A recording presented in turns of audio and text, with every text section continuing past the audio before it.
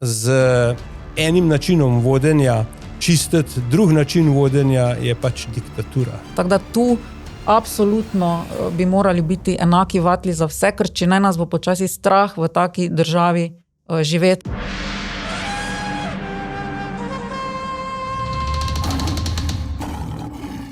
Lepo pozdravljeni, po poletnem predahu se vračamo tudi z bonus safari epizodami, v katerih se pogovarjamo s političnimi in drugimi akterji, tokrat prva v novi sezoni. Ja, in tokrat je z nama podjetnik, ki je ustvaril eno večjih slovenskih podjetij, ga predal hčerki in se podal v politiko, predsednik Državnega sveta in predsednik stranke Fokus Marka Lotriča. Dobrodošli. Dobar dan. In Monika Kirbiš-Rojs, generalna sekretarka Državnega sveta in generalna sekretarka stranke Fokus Marka Lotriča, sicer pa ekonomistka, katere strokovna ljubezen so evropska sredstva in evropski razpisi. Pozdravljeni. Pozdravljeni. Zdaj, predvidevam, da ti evropski razpisi oziroma evropska sredstva niso mišljeni kot bogatenje, ampak kot pomoč pri razvoju, predvidevam, ne? Ja, to se je enkrat v preteklosti uveljavlja na en stavek, ki se še danes ponavlja, da so to edina razvojna sredstva, ki jih imamo v Sloveniji.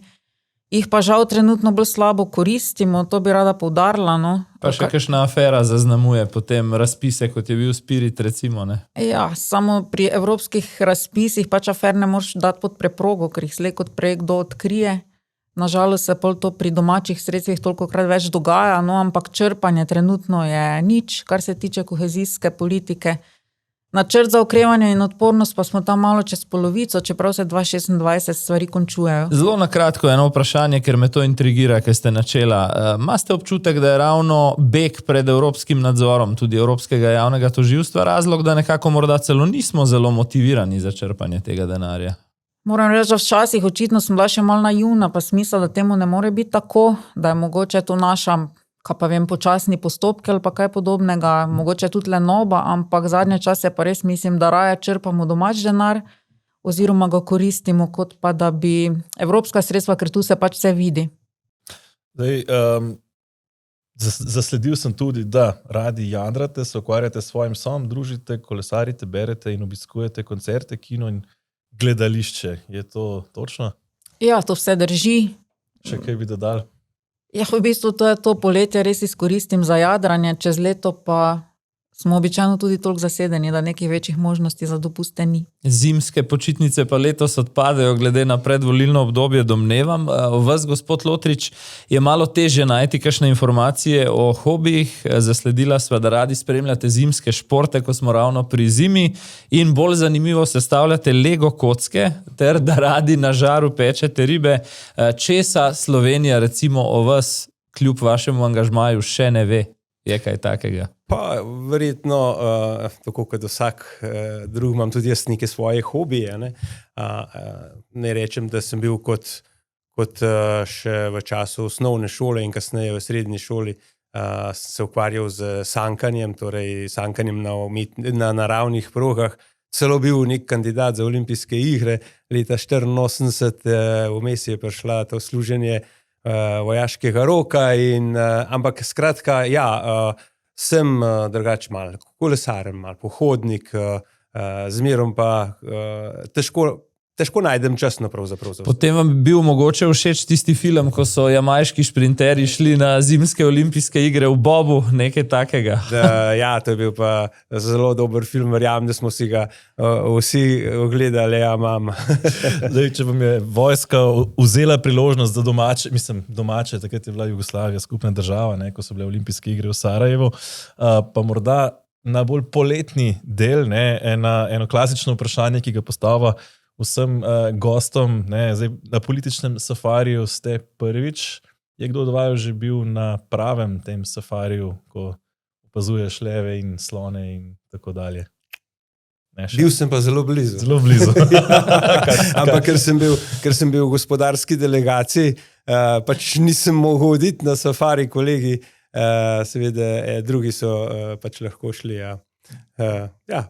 Ampak ne, gre za to, da je treba najti čas za sprostitev. In zelo dobro se spomnim včasih, ko smo se pogovarjali med obrtniki in podjetniki in ocenjevali obrtniki in podjetniki. Eno izmed vprašanj je bilo prav zanimivo, ali hodite kaj na dopust? Kar je znano in tipično je, da družinska podjetja, tako kot kmetije, recimo, si ne vzamejo lastniki dovolj časa za neko sprostitev. No, to pri nas ne drži. Mi si vzamemo čas tako za zimske kot za poletne in pri zimskih počitnicah je, tako kot ste omenili, verjetno jih naslednje leto ne bo, pa vendarle je ta smučanje vseh v družini ena taka, res sprostitev za pol leta. Vi, gospa Kirbiš Rojs in safari, kakšne izkušnje bolj prvoosebne?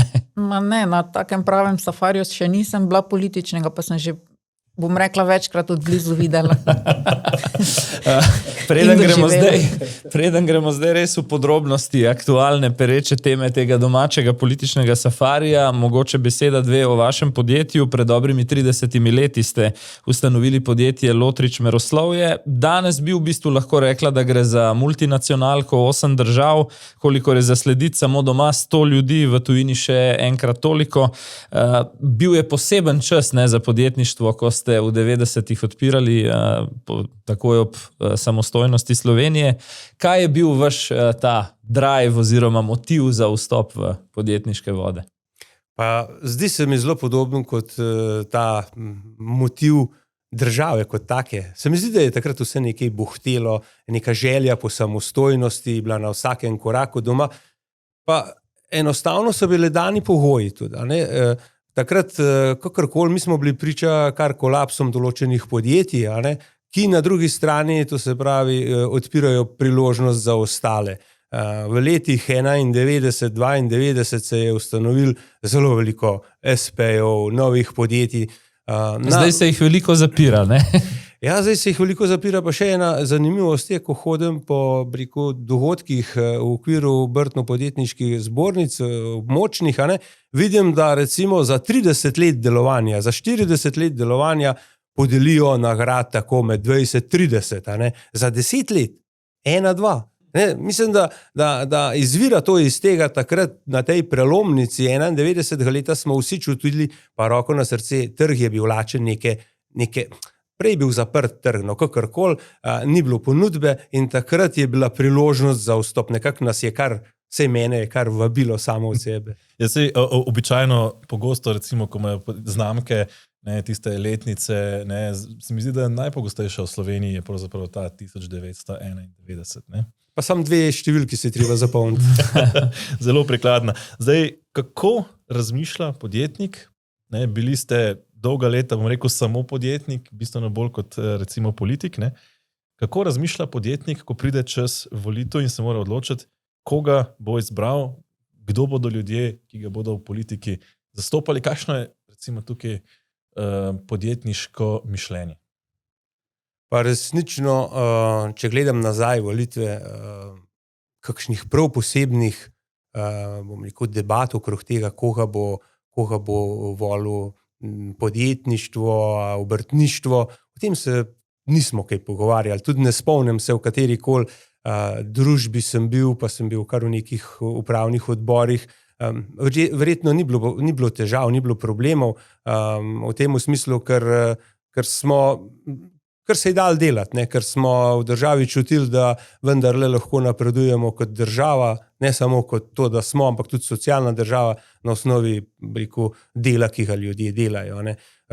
Nekako je bilo vedno želja po temu, da bomo imeli čim več ljudi zaposlenih, nekako skupni interes je bil tako politike kot se pravi zaposlenih, tistih nezaposlenih kot podjetij, dobivali spodbude za zaposlitev in cilj je bil postavljen, kaj želimo doseči. Zaradi tega se mi zdi, da v preteklosti, sam nisem bil nikoli, se pravi, vključen v neko politiko, zelo me je pa zanimala gospodarski del, tako da v teh gospodarskih upravnih odborih združenj, kakršnih koli drugih sem bil pa zelo vpleten. Ja.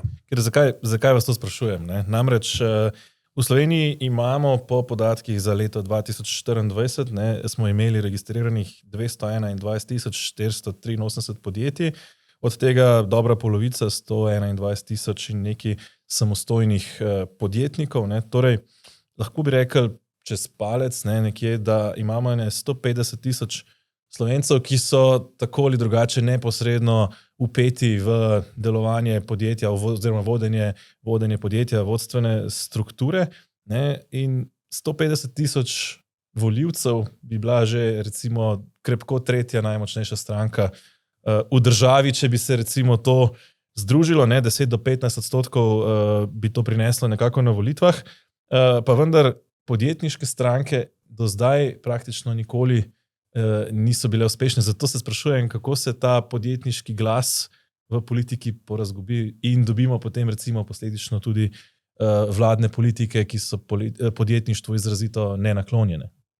No, seveda, že na prejšnjih volitvah smo imeli določen izbor podjetniške pobude, a ne? Mislim, da se je imenovala GAS, pa vendarle, seveda sam sem spremljal zaradi tega, ker sem poznal oziroma poznam gospoda Kovšca, ampak drugače pa to, kar ste zdaj omenil, a ne?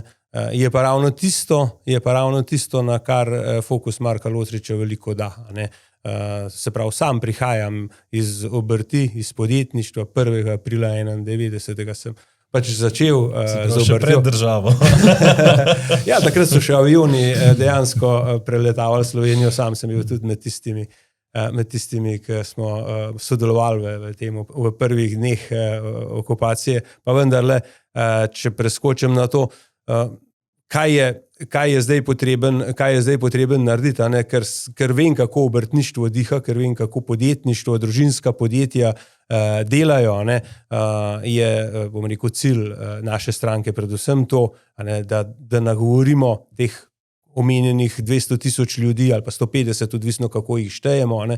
150,000 ljudi, ki dnevno zagotavljajo delovna mesta, plačujejo pač državi v blagajno, ampak se pravim, da je ta zgodba je pa v zadnjih letih postala pretežka in za obrt in za podjetništvo, zato je pa pač jasen odziv, mislim, da bolj logičnega odziva ni kot ustanovitev ene stranke, ki je pa ne smem reči, da je samo podjetniška. Mi moramo vedeti, da zato sva, bom rekel, združila moči, kjer vsak na svojem področju znava zelo dobro materijo. Gospa Kirbiš-Rojs, tudi če gledamo ljudi, ki se v Sloveniji ukvarjajo s projekti na podlagi evropskih sredstev, jih spet ni tako malo, ne? A na koncu Slovenci pogosto volimo politike, ki, kot ste že sami omenili, so pri črpanju tega denarja povsem nesposobni. Čemu vi pripisujete, da to ni bolj pomemben kriterij pri izboru izbrancev ljudstva? Jaz bi se mogoče malo vrnila, no. Pač pogosto poslušamo ljudi, da so nezadovoljni, tudi v obdobju te vlade gospodarstvo izrazito nezadovoljno, to pač lahko spremljamo po medijih, brez da jih sprašujemo, zaradi tega smo mi pač res šli čist na neke konkretne ukrepe, ne ideološko, in zdaj, če ljudje pač berejo to, kar mi sproti objavljamo vsakodnevno, lahko preberejo, da imamo neke realne rešitve, ki bi jih dejansko prinesli na mizo. Tako da jaz mislim, da res tisti, ki so nezadovoljni, ciljamo tudi na tiste, ki se mogoče do zdaj ne podajo na volitve. Pač naj grejo na volitve, naj preberejo naš program, naj nas poslušajo. Mislim, da smo dovolj glasni in se na koncu tudi pravilno odločijo. Ko si enkrat izvoljen ali pa ko imaš nekoga na oblasti, žal ni več časa za jamranje. Vaju razumem, da bi si oba želela več odločanja z denarnico na slovenskih volitvah, pa morda malo manj s čustvi. Gospod Lotrič, vi ste, ko smo pri čustvih predali, verjamem, da čisto po drugih kriterijih podjetje v roke hčerke, ne? Sami ste potem presedlali v politiko. Zakaj? V bistvu se marsikdo vpraša, ne? Se človek naveliča podjetništva, kaj vas žene v ta safari v bistvu, no? No, najprej je treba ugotoviti to, da so bili dani pogoji, da sploh lahko prestopim v politiko. Pa verjemite, da se to ne zgodi tako, zdaj bom pa šel v politiko, ne, in zdaj naslednji dan si pa pač nekje tukaj. Ne, daleč od tega. Je pa res, da, kot sem že prej omenil, so se zgodile kaj? Najprej to, da smo v letu 2017 že podpisali družinsko ustavo. Karkoli mi temu dogovoru ali pogovoru rečemo, sploh ni pomembna oblika. Pomembna oblika je bolj v temu, da preverimo, ali so recimo nasledniki zainteresirani delati v podjetju, kako si predstavljajo prihodnost podjetja. No, in ko smo se takrat dogovorili, ne, da vidimo tudi nadaljevanje in da vidijo otroci nadaljevanje v podjetju, smo en del odkljukali, če tako rečemo. Deleč od tega pa, da bi takrat postavljali ime, kdo bo direktor, tudi te družinska ustava ne določa. Niti to ne, a je zunanji, a je notranji, če gledamo družino. Potem kot rečeno, sem bil v določenih organizacijah in štelo se je v teh organizacijah, da nekako povezujem različne delodajalske organizacije, ravno zaradi tega, ker sem, imel ta nagib povezovanja in vedno govorim, boljše je biti Gorovje in največja gora v Gorovju, kot pa nek osamljen otok. Na ta način so me tudi dojemali in potem predlagali tudi za člana oziroma za kandidata za državni svet. In tako sem pač bil izvoljen na 2 volitvah postopoma, najprej gre za interne, potem pa preko elektorjev in sem pristal v državnem svetu, kjer pa se je zgodil en moment in spet ta moment, kot sem bil že v preteklosti večkrat član vseh delodajalskih organizacij, reprezentativnih, se je ravno tako tukaj zgodilo pobuda vseh reprezentativnih delodajalskih organizacij je bila, dajmo najti nekaj kandidata, ki bi bil lahko kandidat za predsednika in roka, beseda in tako je uspelo. Ravno to, mislim, da če se prav spomnim, takrat sta bila pravzaprav 2 druga špicen kandidata, če tako rečem, ki nista uspela zbrati dovolj svetniških glasov za mesto predsednika in ste potem vi kot neke vrste nadomestni oziroma rezervni, če tako rečem, malo grdo, kandidat potem vstopili. Mislim, da je takrat celo Janez Janša komentiral, kdo pa je Marko Lotrič, nisem še uspel nič prebrati o njem, ki je potem prevzel. Ste takrat, ko ste vstopali v državni svet vendarle ni ta klasična politika. Ste takrat že recimo računali na ustanovitev stranke, na bolj to resno politično pot ali še ne? Ne še. Je pa res, da prvi, bom rekel tako po dnevih, prvi sestanek, prva seja državnega sveta je bila na ponedeljek. Ta pobuda je padla na četrtek, se pravi, par dni prej je pobuda vseh delodajalskih organizacij padla, da sem kandidat, se pravi, znotraj teh svetnikov in svetnice. Potem smo pa preko vikenda se malo poklicali, slišali, ali uživam podporo ali ne, in izkazali se pač v drugem poizkusu, sicer potem po 4 oddajah glasovnic, da uživam zadostno podporo in na ta način sem bil pač izvoljen. Zdaj, če gremo na aktualije, pestro dogajanje, zadnja 2-3 tedna izjemno zgoščeno. Gremo najprej na te primere Roberta Goloba in KPK. Kako vi gledate in razumete to situacijo? Imamo torej premierja, ki je v 2 odprtih postopkih pred protikorupcijsko komisijo. Postopek zoper njega v eni od teh zadev vodi tudi tožilstvo, ki je zahtevalo sodno preiskavo. Premier pa ne samo, da tega smiselno ne pojasnjuje, ampak pošilja v javnost odvetnika, ki potem izbira novinarje, ki lahko zastavijo vprašanje in tiste, ki ne. To kaže na način dela, na modus operandi, kako predsednik vlade, bom rekel, hoče svojo nekako resnico prikazati javnosti. Verjamem, da meni jo ne more pokazati njegov prav, zaradi tega, ker vse stvari kažejo na to, da seveda da KPK pač dela nek svoj del, ki ga more delati in je pravilno. Se mi zdi, da bom mečken preskočil oziroma se pomaknil kakšno leto nazaj in tudi državni svet je vložil parlamentarno preiskavo zoper Roberta Goloba in pač povezana podjetja. Poglejte, če bi bila pravna država, bi to zadevo zagotovo lahko pripeljali, ali pa če bi bil mogoče sam minimalni interes, bi zagotovo lahko pripeljali do konca. In jaz verjamem, da ob ustrajanju, da je vse v redu, bi ta madež se spravil, pa bi rekli, ok. Ja, preiskovalna komisija, o kateri govorite, je v bistvu izpadlo tako, da poslanec Svobode zdaj preiskuje na nek način samega sebe, ne, in dlje od točke dogovora o delu sploh še niso prišli po vseh teh mesecih, pa vendar nepovezano vprašanje, ker smo bili prej pri podjetništvu. Robert Golob se je leta 2022 Slovencem predstavil kot vrhunski menedžer, podjetnik. Ne? 3 leta in pol kasneje, vi v njem prepoznate podjetnika, vrhunskega menedžerja. Vidite, kaj tega duha v njem? Najprej moramo razumeti, kaj je podjetnik, kaj pa gospodarstvenik. On podjetnik ni neobrtnik, ne, lahko je pa pač nastavljen menedžer. Ne, in to je bil in to izkazuje pač njegovo delo.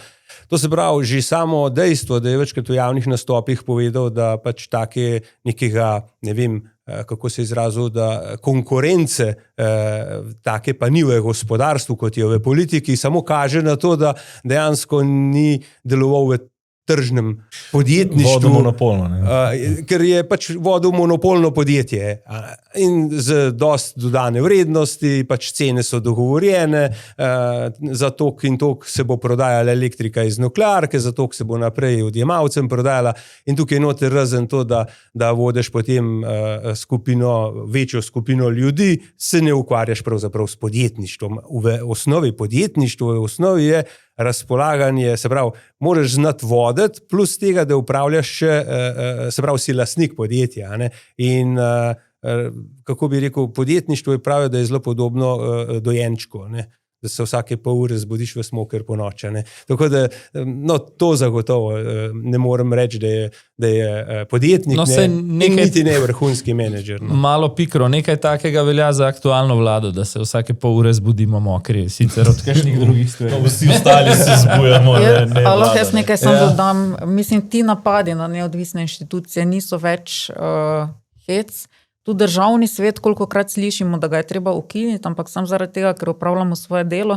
Res je sistem tak naštiman, da recimo imamo 7 dni časa za veto in državni zbor nas lahko v enem dnevu tudi povozi, se pravi naš zakon. Noben pa nikdar ne reče recimo, da smo uspešni pri ustavnih presojah, kar pomeni, da naša zakonodaja v Sloveniji nastaja izključno mimo stroke. Tudi sama zakonodajno-pravna služba državnega zbora pravi, da so zakoni neskladni z ustavo. Poleg tega pa gledajte, takrat, ko eden izmed zakonov, mislim, da je bil zakon o živalih, ki smo sprejemali, se je Tina Gaber vsedla v eno sobo, v eno pisarno, v minikrilo, posnela video, povedala v tem videu javno, na kak način je zakon nastajal, pozivala poslance en dan pred glasovanjem, kako naj glasujejo, pa se v tej državi noben ne vpraša, da je mogoče tu konflikt interesov, ker je pač partnerka predsednika vlade. Tako daleč smo prišli, žal, jaz verjamem, da če bi bila katerakoli druga vlada, se pravi ne ta, bi to bil velik problem in bi vsi imeli težave, kar se tiče organov pregona. Tako da tu absolutno bi morali biti enaki vatli za vse, ker če ne nas bo počasi strah v taki državi živeti, to moram dodatno. Sej, ravno to sem vas mislil še izved, glede tega, se mi zdi, da v preteklosti morda smo videli kakšne pikre komentarje, recimo bivšega predsednika, ko je novinarke spraševal, če so že poročene in podobno, ampak da bi pa nekdo novinarko dobesedno vrgel skozi vrata oziroma rekel, da ne bo dal izjave, dokler dotična novinarka ne zapusti prostora. Ne? To se mi zdi pa, da je prvič, ne, v Sloveniji. To je prvič, jaz moram reči, da bila sem 3-krat v vladah, sicer nikdar kot član kakšne politične stranke, ker sem pokrivala evropska sredstva, kjer politika pač niti ni zaželjena, ker niti se s tem noče noben ukvarjati, ampak smo bili do novinarjev blazno, bom rekla, previdni, spoštljivi, če so nas kaj vprašali, smo odgovarjali, pazili smo, kaj delamo, zdaj pa se je to čisto spremenilo in to pač mislim, da je vredno obsodbe. Zdaj, nekaj smo že spregovorili o evropskih sredstvih in o tem, da je Slovenija najnižja. Ne?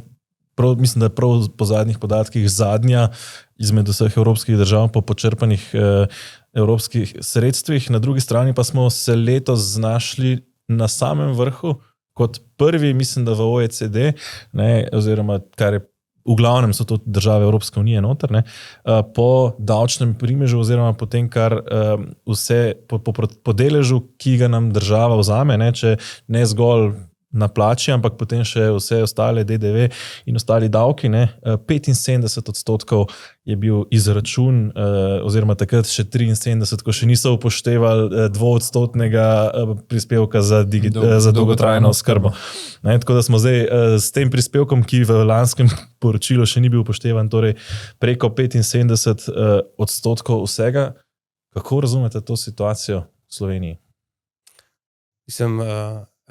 Jaz mislim, da je to ta motivacija fokusa Marka Lotriča prav v temu, da se tako stanje, to je brezizhodno stanje, oziroma stanje, ki nas potiska čez rob prepada. Zakaj? Ker so dejansko ker je ogrožena socialna država. 73%, no pa zdaj imel sem v glavi 73, 75% za dolgotrajno oskrbo. To predstavlja izkoriščanje ljudi, ki delajo. Lahko, če pod črto potegnemo, torej 3/4 vzame država, ljudje za svoj trud prejmejo teh 25% in to ne samo to, da morajo pa preživeti. In kaj nam to dela? To nam potiska bruto plače navzgor, se pravi drugi bruto, ki je pa v mednarodnem okolju se mu reče, ali bomo konkurenčni ali ne bomo konkurenčni. In zdaj, če samo primerjamo Italijo, ki slovi po birokraciji, ki slovi po velikih davkih in tako, pogledamo, da je 33.000 evrov bruto njihova letna plača, slovenska je nekaj 400 evrov več, 33.400, ampak v Italiji dobi človek 540 evrov na mesec več neto, torej 24.000 evrov na leto, pri nas 17.500. To se pa potem v denarnicah ljudi pozna. Zato v naši stranki Fokus trdimo, da je potrebno narediti, se pravi vse izpeljati iz tega, da delo se mora splačati. Kakršnokoli, ali je to intelektualno delo, ali je to privabljanje inženirskega kadra, ali je to fizično delo, vse poklice bomo v prihodnje rabili. In mi moramo narediti tukaj, dajmo reči, kar eno gnezdo, kjer se bodo te poklici počutili varno. Ne da nam, kaj se kot rezultat, če ne bom predolg, me pa pravsem popravita, ampak meni se zdi res kriminal zakon o čezmejnem upravljanju storitev. Na ta način, s sprejemom tega zakona, mimo grede vse delodajalske organizacije, smo napovedovali, kaj se bo zgodilo. In zgodilo se je točno to, da so približno 15.000 ljudi je išlo na Hrvaško, Avstrijo, Italijo, ker so se pač njihova podjetja preselila na ta območja, in mi smo izgubili približno 150 milijonov v vse tri blagajne. Ni denarja potem za pokojnine, zdravstvo in integralo, veste. Se konec koncev finančni minister pravi, če vam ni všeč, pa pojdite tudi v Bosno, ne samo v Italijo ali Avstrijo. Ne pa da na Hrvaško, ampak še dobro, da drugi bruto ljudje ne razumejo, ali kako bi lahko rekli. Težko razlagati davčne obremenitve. Dejstvo je, da ko vsi pogledamo svojo plačilno listo, vidimo, koliko je naš bruto, koliko je neto. Dejstvo je, da smo preobremenjeni. Ampak, če bi sam dvignili ali pa nazaj uvedli to splošno davčno olajšavo, ki je bila ukinjena takoj po nastopu nove vlade, bi bile naše plače višje. Pol vedno, ko debatiramo o plačah, je vedno odgovor vseh, pol pa ne bomo imeli socialne države. Ni res, mi bi ogromno prihranili, če bi bili samo malo bolj digitalizirani v državi in če bi ene postopke poenostavili, recimo, da ne bi čakali na prostorsko umeščanje 8 let, da ne bi čakali na gradbena dovoljenja po 2 leti. V Bosni smo gledali, v nekaj dneh dobiš gradbeno dovoljenje in tu bi se dalo marsikaj prihraniti. In kot smo že parkrat rekli, tu če bi ta razvojni denar, ki nam je na razpolago, koristili, se pravi, tudi po 10 milijard v enem obdobju ga imamo na razpolago, bi tu bile rezerve. Za kar se digitalizacije tiče, tu vsak, ki ima opravke s kakršnimi koli projekti, vemo, da še vedno nosimo fascikle na ministrstva, ne na eno, ampak na 20 ministrstv, ker jih vedno širimo, čeprav recimo mi zagovarjamo, da bi jih razpolovili na 10. V Estoniji recimo, kjer so res napredni, kar se tiče digitalizacije, več nimaš stika z uradnikom, ampak izključno preko računalnika in na ta način vse teče hitreje, tako da rezerve definitivno So. Ko sva prej govorila o korupciji, se mi zdi, da tudi za prenašanje fasciklov obstajajo. Lahko tudi to vrstni motivi, ampak glede božičnice. Kako vidva gledata na obvezno božičnico, konkretno gospod Lotrič, ker smo se o vašem podjetju pogovarjali, ste v Lotrič Meroslovju izplačevali božičnico? Kakšen je vaš pogled na to? Vsi si želimo božičnice. Jaz verjamem, da vsak pri sebi srčno si želi nekaj denarja več, sploh pa v praznikih, kot je Božič in Novo leto. Jaz upam, da nam ne bodo ukinili Božiča, da bomo vendarle se lahko še poveselili. Božičnica, da, mora biti pa obvezno neobvezna. Se pravi, neobvezna, neoprispevčena in neobdavčena. To je predlog delodajalcev že odkar se spomnim, pravzaprav, ko sodelujemo pri pogajanjih z različnimi vladami, je bilo vedno to. Trmasto ustrajanje na obveznosti, potem kaj dobimo? Ja, dobimo nov davek. Zdaj smo konkretno v situaciji, ko so podjetja oktobra izvedela, da bo treba izplačati obvezno božičnico. To je problem zaradi tega, ker oktobra imajo podjetja že več ali manj zaključene finančne načrte. Tako da ja, božičnica da, vendar ne konec leta in pa ne pred volitvami kot neki predvolilni bombonček.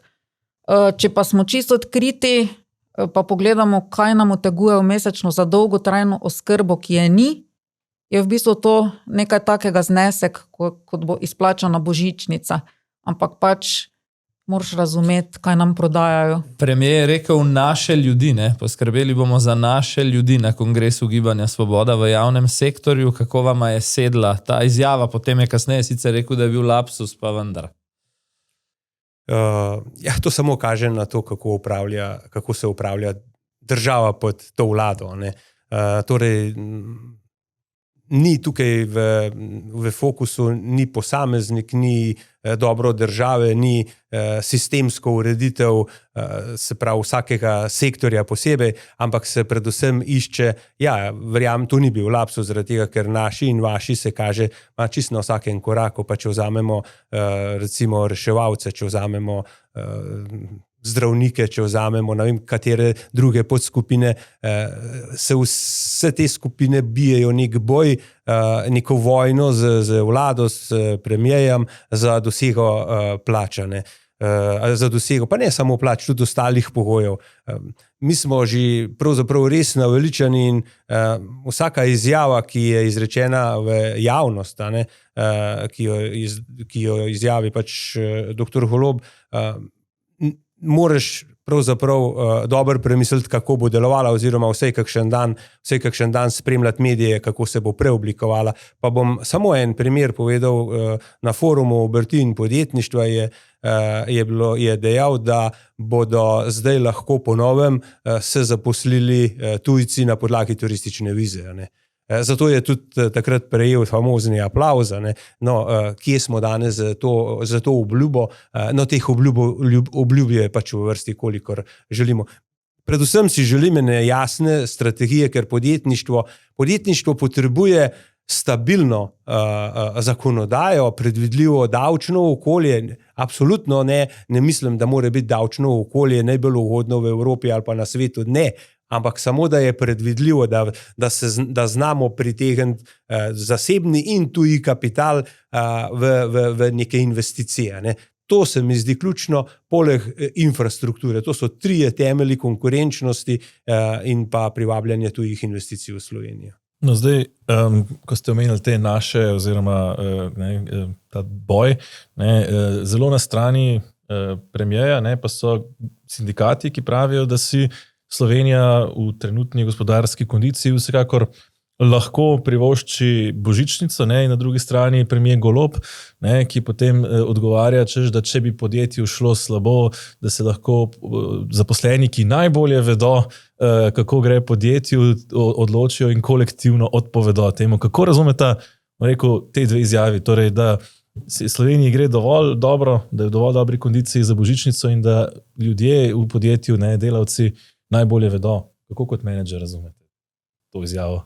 Ne, tega absolutno ne morem razumeti, ampak je pa res, da so na ta način razmišljali v prejšnjem režimu, od 45 do 91 leta, kjer so bom rekel, vsej tako je bilo rečeno, ne, da ljudje upravljajo podjetja, pa tudi ta sistem so sami zamenjali, ne, že v prejšnjem sistemu. Tako da, mislim, taka izjava je čisto populistična. Mi moramo vedeti, da je zaposlenih v Sloveniji 950 000, od tega smo prej izračunali, da je 150 000 vodilnega ali pa vodstvenega kadra, oziroma podjetja, ne, in če vzamemo, se je pri kupu 700 000 ljudem, 150 000 ljudi je pa pač potisnil, žrtvoval tako na svoji lestvici. Vrgal čez ramo. Gospa Kirbiš-Rojs, ugotavljali smo prej, da kakšne res uspešne prav podjetniške stranke po naravi še nismo imeli, zato se seveda potem človek vpraša, zakaj loviti v tem bazenu, pa vendarle, kaj menite, vaša naloga je tudi ta gradnja stranke na terenu, spodaj navzgor, da lahko naredite drugače kot v preteklosti. Naprimer, gospod Kovšca, ki ga je gospod Lotrič že omenil, ali pa ne nazadnje tudi Gregor Virant z Državljansko listo pred dobrim desetletjem. Ja, dejstvo je, da mi gradimo trenutno mrežo na terenu, zdaj, ker smo nastali šele januarja, smo zastavili na ta način, da imamo regijske koordinacije, se pravi, ne ukvarjamo se z nekimi občinskimi odbori. Kar se tiče dela, jaz mislim, da smo kar konstantno na terenu, se pravi, nagovarjamo ljudi, zaradi tega, ker tudi medijski prostor v Sloveniji pač je takšen, kot je, tu si nimamo kaj zakrivati oči.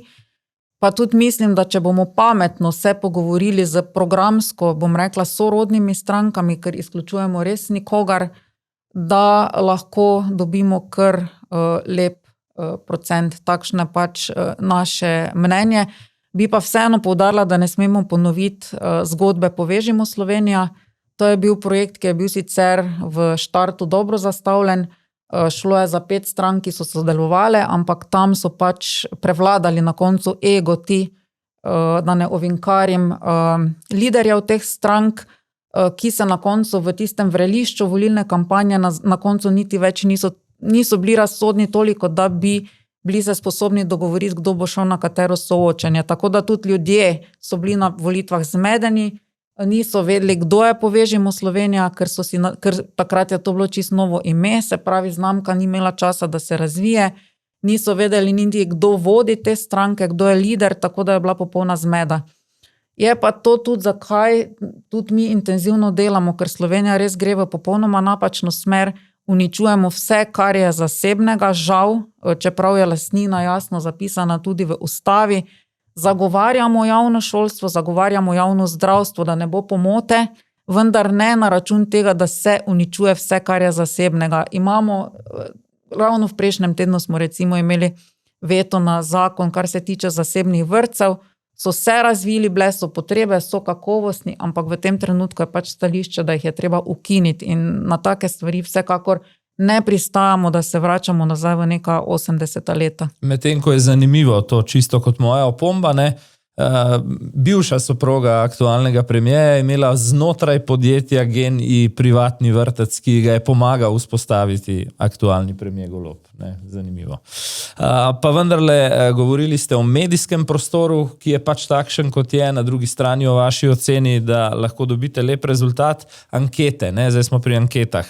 Kažejo vam tam nekje, okrog odstotka, čemu pripisujete vi to? Zakaj tako nizko vrednotenje na teh meritvah?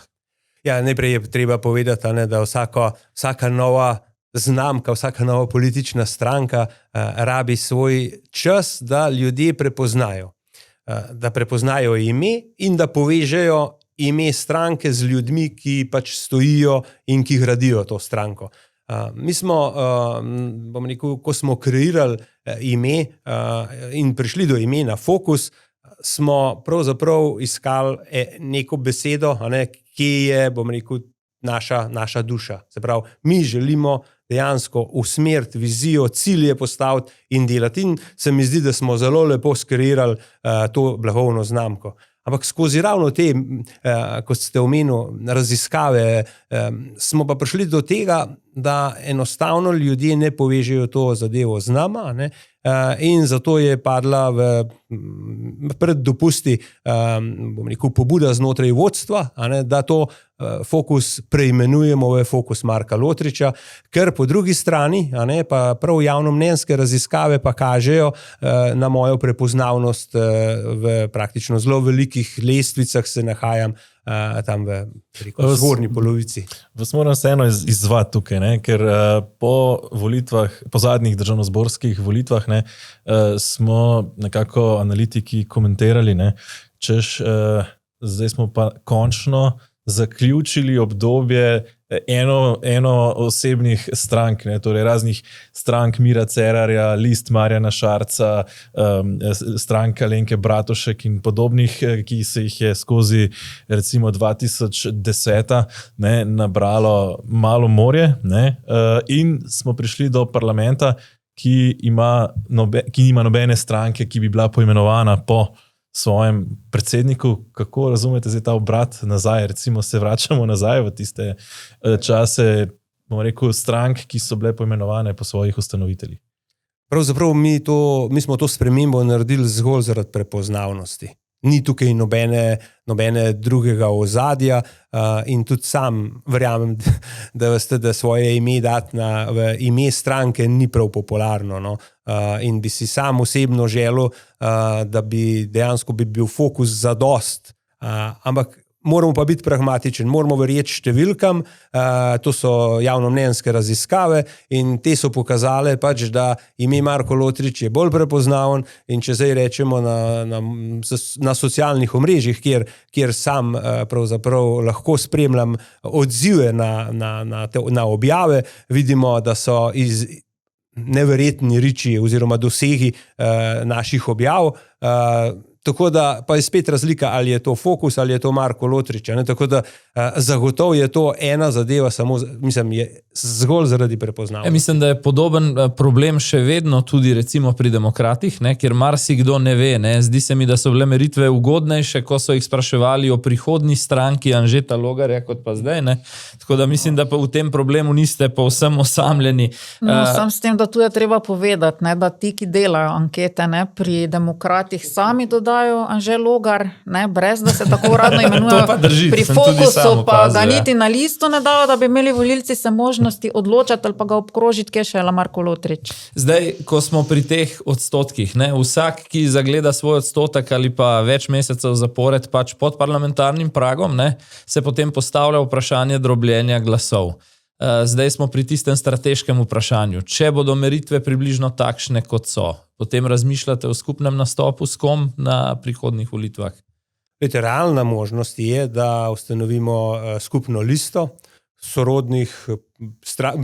strank s sorodnim programom. Namreč mi smo ta naš program zapisali že takrat ob sami ustanovitvi stranke, je naravnan, vsi si ga lahko preberejo na naši spletni strani, pa vendarle, če se vrnem na vprašanje, škoda je vsakega glasu, ne vsakega procenta, ki bi se zgubil zaradi nekih lahko rečemo nekih naših egov, ki bi na vsak način želeli pripeljati svojo stranko na volitve zato, da bodo nekak minorni igralec tam. Resnično danes je čas, oziroma še večji bo verjetno tam nekje marca, aprila naslednje leto, kjer bo potreben volivcem pokazati, da znamo dejansko, sodelovati prava beseda, niti ne vem, če je, ampak da znamo program, ki ga imamo, izpeljati na način, potem povezovanja. Glede na uspeh vašega podjetja, predvidevam, da vaša motivacija ni tista renta, ki jo dobi stranka, če preseže 1% glasov. Kar ni nujno ne motivacija za kakšno drugo stranko, ki se tudi giblje okoli vaših odstotkov. Pogosto to motivacija. Da je kakšen predsednik išče penzijo. Iskreno vam povem tudi, da moja motivacija pri temu je, da se ponudi ljudem ki delajo, da se jim delo splača. Ne. Kdo so tiste sorodne stranke, ki jih vidite kot potencialne partnerje v tem, se pravi, programsko sorodnem, recimo, sodelovanju? Zdaj, glede na to, da mi dva kar pozorno spremljava in bova, ne, dovolitev, kaj kdo vsebinsko govori, je praktično nemogoče, da vas ne izzovemo z NSI oziroma tudi konkretno z novim predsednikom Vrtovcem, ker se mi zdi, da so sporočila podobna v bistvu. Ne.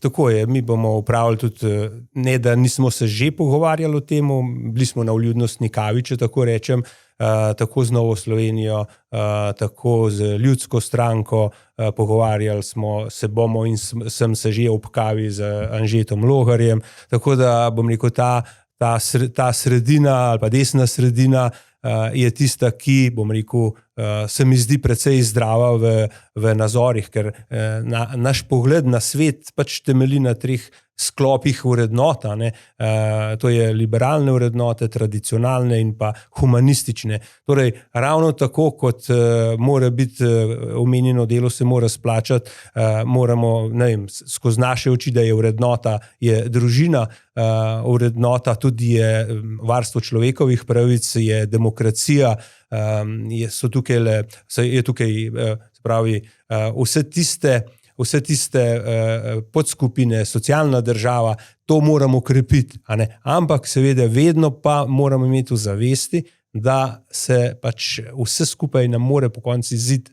Ker ste vendarle zastavili odgovor na to vprašanje malo širše od zgolj ene strani političnega parketa, moje vprašanje, vidite za čas po volitvah, to pa sprašujem po volitvah, nekega naravnega zaveznika na tisti drugi, levo-sredinski politični strani?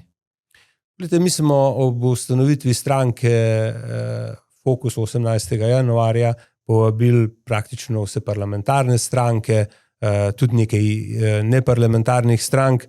Dobili smo nekako opravičilo pač od socialnih demokratov, od gospoda Hana, da je zadržan, od ostalih nismo dobili.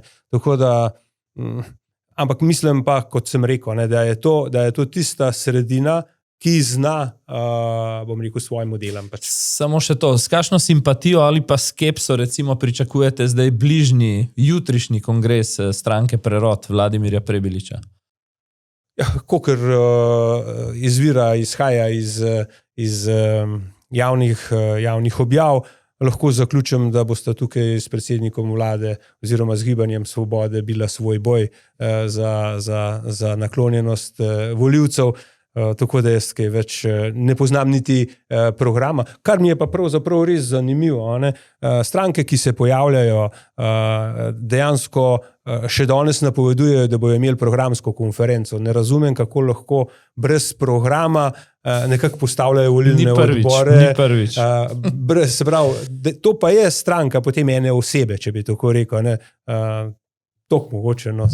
Omenili ste rekel, ta spor ali pa trg egov, ki je potem potopil v finišu kampanje Povežimo Slovenijo. Kako preprečiti, da se recimo v morebitnem sodelovanju, ki ga omenil gospod Lotrič, to ne bi ponovilo, recimo katere lekcije ste morda vzeli, ko ste bili v ekipi Povežimo Slovenijo in zakaj recimo verjamete, da z aktualnimi akterji, s katerimi se pogovarjate, do tega ne bo prišlo? Ne vem, če sem čisto iskrena.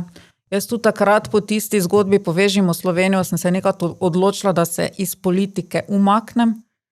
Pol glede na to, da sem spoznala gospoda Lotriča, ki je res bil brez političnega nahrbtnika kot gospodarstvenik, se nekaj pa dajmo še enkrat probati, ker nimamo kaj zgubiti, ker vsi znamo pač toliko dela, da si lahko denar zaslužimo tudi na drug način.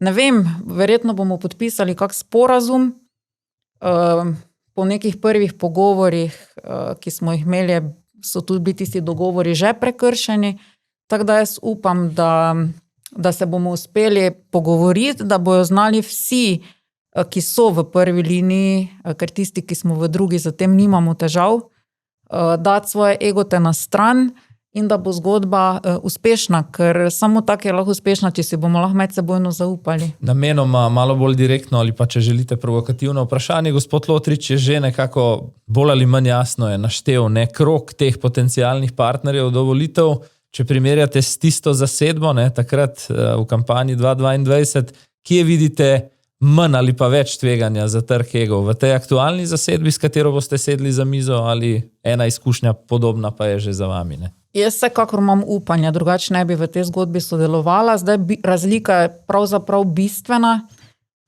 zaradi tega, ker tu vseeno gre za neke nove generacije politikov, bom rekla. No, v primeru gospoda Lotriča, podjetnik brez političnega nahrbtnika, v drugih primerih pa je prišlo do menjave vodstev. Tako da to me navdaja z optimizmom in upam, da bomo teh nekaj mesecev še zdržali, da bomo tudi normalno prišli do volitev. Še eno vprašanje, tukaj potem pa še malo v državnem svetu, pa je tudi povezava z državnim svetom. Videli smo že v preteklosti predsednike državnega sveta ali pa tudi predsednike državnega zbora, ki so se potem misleč z kako velikim političnim kapitalom vstopajo v politiko, potem najavljali svoje stranke in se močno upekli na njih. Ste, bom rekel, opazovali te svoje predhodnike in se iz njihovih napak kaj naučili, kako recimo vi gledate na to svojo politično težo kot predsednik državnega sveta? Poglejte, kot je na vsak način ne gradim stranke z pozicije predsednika državnega sveta. To je treba najprej povedati, ne, ker ljudje pravzaprav mnenje o državnem svetu verjetno ni najbolj ohrabrujoče, čeprav kasneje nekaj o državnem svetu, pa vendarle, zakaj do tega prihaja v preteklosti, resnično ne vem, sem pa spremljal. Ne? In tako kot ste rekel, nekih velikih uspehov take pobude niso imele. Je pa res, da sva mi dva zastavlja, tako kot idejna ustanovitelja stranke, sva zastavlja to zadevo bistveno drugače. Ne? Bistveno drugače pa pomeni na organizacijo volilnih enot, kot po volilnih enotah, torej 8 volilnih enot, toliko je tudi teh naših koordinacij, ki dobro delajo.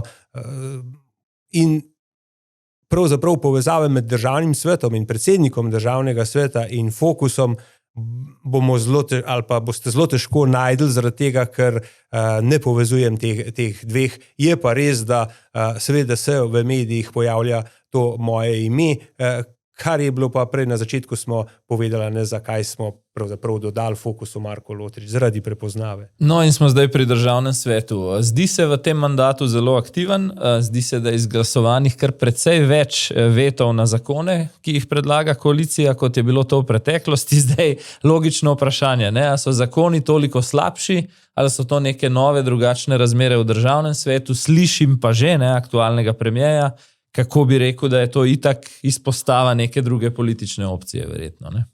Glede, izpostava druge politične opcije, potem bi samo vprašal zadnje glasovanje, ko smo glasovali ene zadnje glasovanj, ko smo glasovali o tej zakonu o organiziranosti policije, ne, ko se je šlo za helikopterske prevoze, kjer je bilo glasovanje 28 za veto in nič proti. Ne. Kaj to zdaj pomeni? Zdaj, mislim, taka enotnost, tako med svetnicami in svetniki, na drugi strani stroko in zakonodajno-pravno službo. No, iz tega samo sledi, da so ustrelili se v koleno in da jaz samo še pričakujem, da bo policija začela voziti rešilce po cesti, pa prvo pomoč na motorju, zaradi tega, ker očitno zna policija vse delati. Zdaj omenili ste, zato se dotakniva tega helikopterja. Ne? V finišu tega dogajanja okoli domnevno spornega razpisa za helikopterje Leonardo ste se oglasili zelo odločno, tudi v enem burnem soočenju z notranjim ministrom. Zdaj, pogodbo smo ravnokar oziroma jo je država podpisala, šef policije, ne, revizijska komisija tega posla ni razveljavila. Za moje pojme, to sem rekel tudi v eni najnih preteklih epizod, zanimiva argumentacija. Šef revizijske komisije pravi, če bi se KPK skliceval na neka druga sporna določila, bi to razveljavili, zdaj nismo. Kaj pravite na koncu? Pa veste, to me spominja tudi na to, ko greš k zdravniku in rečejo, mi delamo do 5, pejte tam, kako delajo do 6. A ne? To se pravi, oni so skoncentrirali na nek člen v razpisu, niso pa pogledali vsega ostalega. Ne?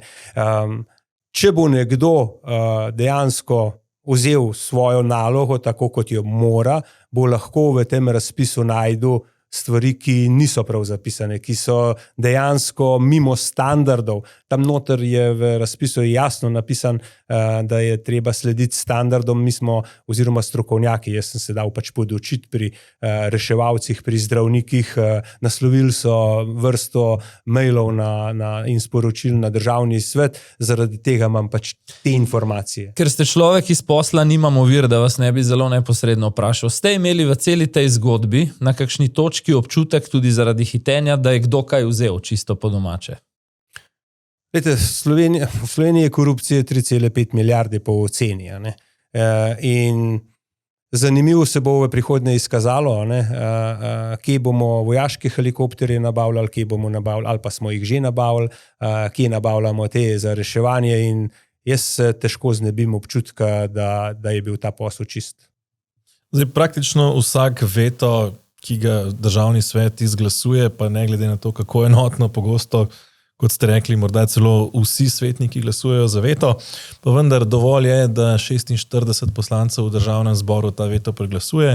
Vemo, koalicija ima nekje 51 približno glasov večine, kar pomeni, da nima težav s tem, da praktično vsak vaš veto preglasuje. Torej, menite, da je državni svet potem takem prešibka institucija, ali po drugi strani, kot pravijo kritiki, slepo črevo slovenske demokracije, ki pravzaprav je v tem smislu nepotrebna, ker tako in tako ne more ustaviti nobenega zakonodajnega predloga, kot smo videli v tem mandatu, recimo?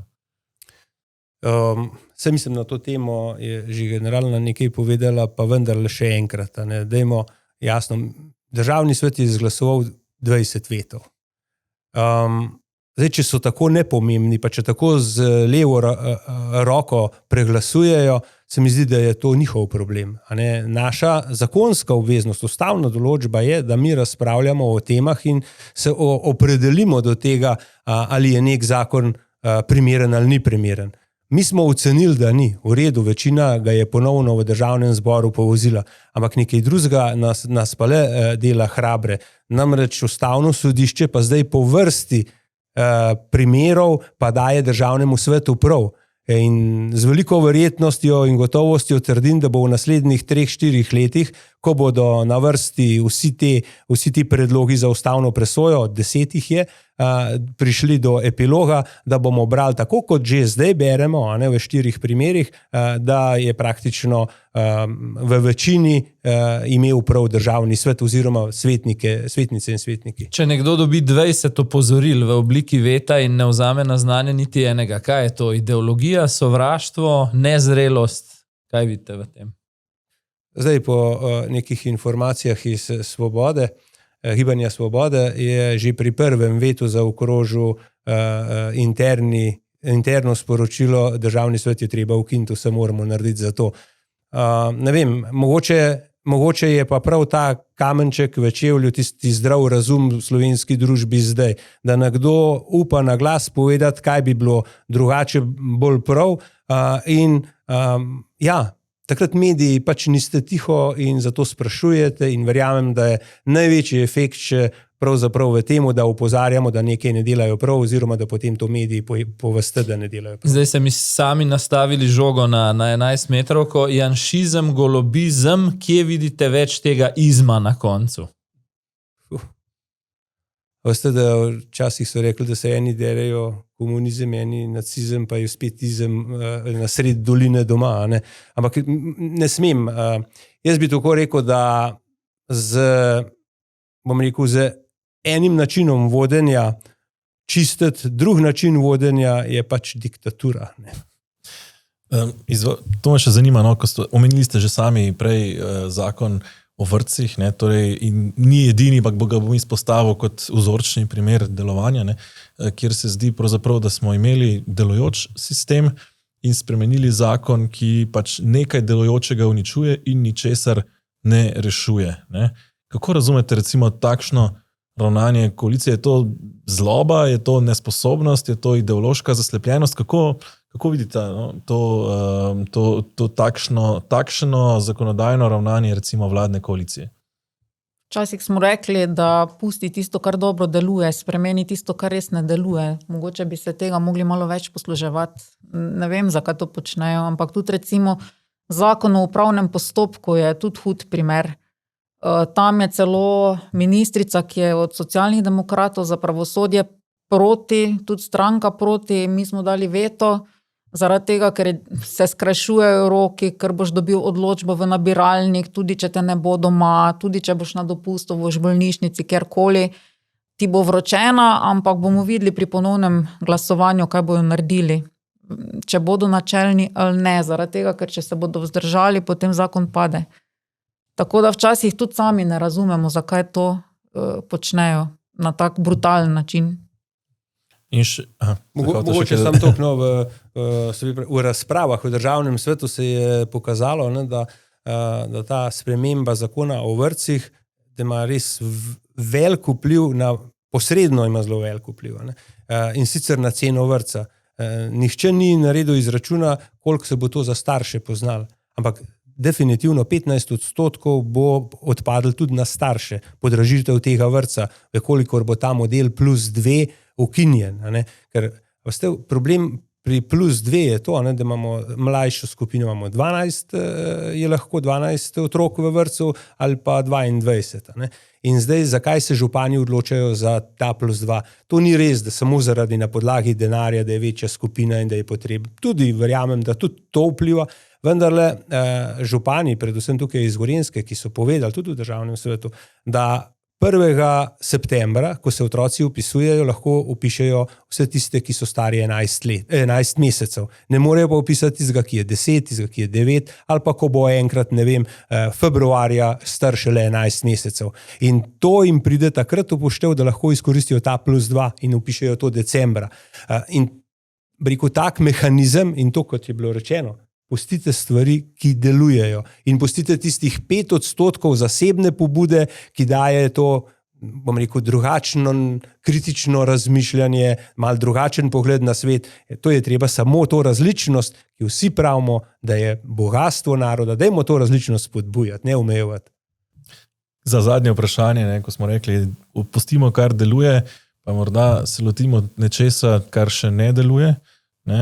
Državni svet je ena izmed prvih iniciativ tega mandata je bil zakon o pokrajinah, ki dobesedno, čeprav razumem, pripravljen, leži v predalu in bi ga katerakoli vlada lahko zgolj vzela in bolj ali manj uveljavila, pa kljub recimo zelo preomenjeni veliki večini v državnem zboru, ki bi to lahko naredila, aktualna vlada nima absolutno nobene ambicije po tem, kako pa to razumete.